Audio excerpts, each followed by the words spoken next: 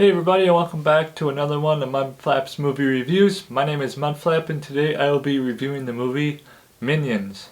Let's get started. So Minions is directed by Pierre Coffin and Kyle Balda, and it stars Pierre Coffin, Sandra Bullock, John Hamm, Michael Keaton, and Jeffrey Rush. So we open this movie where we get to see how the Minions came to be, and their main focus in life is to find the best, baddest leader they possibly can to lead them.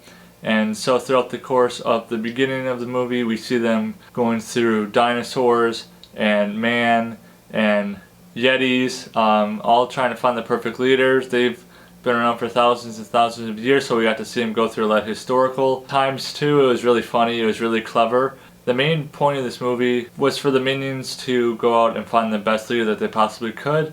Three Minions step forward to go out and adventure the great big world. Stuart, Kevin, and Bob, and they end up going to New York for a while, and some crazy stuff happens there. And through the events that happen in New York, they end up down in Orlando, Florida, at a villain con.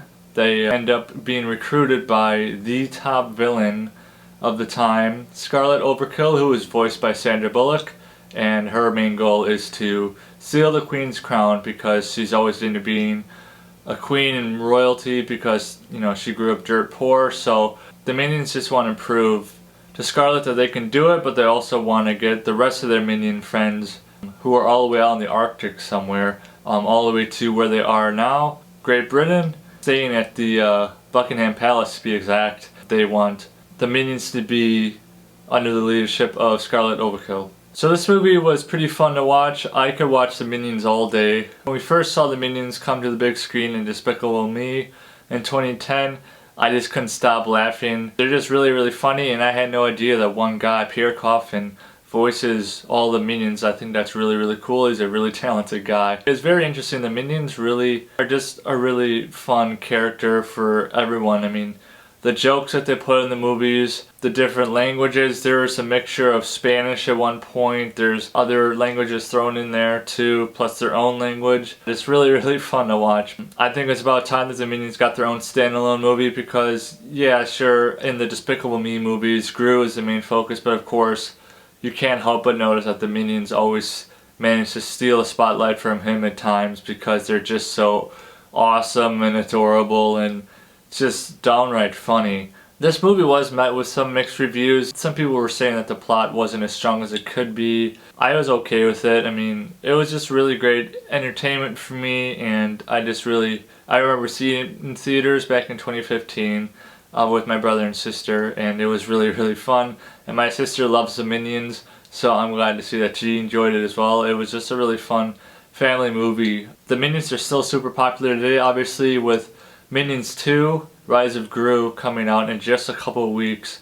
The Minions are popular enough that people just want more and more of them, so I think the Minions are going to be around for a pretty long time just because of the popularity that they have gotten over the course of 12 years. I don't have a specific favorite moment in the Minions movie.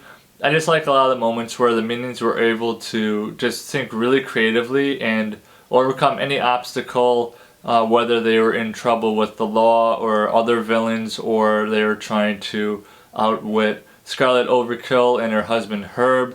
Whatever the deal was, you know, they always found a way out, and they're basically unkillable, which that's always a plus. I also like just the initiative of the three. You know, there's so many Minions, there are hundreds of them, but you know, Kevin, Stuart, and Bob, we got to see them in a little more up close. We got to see their personalities and how they're each unique in their own way.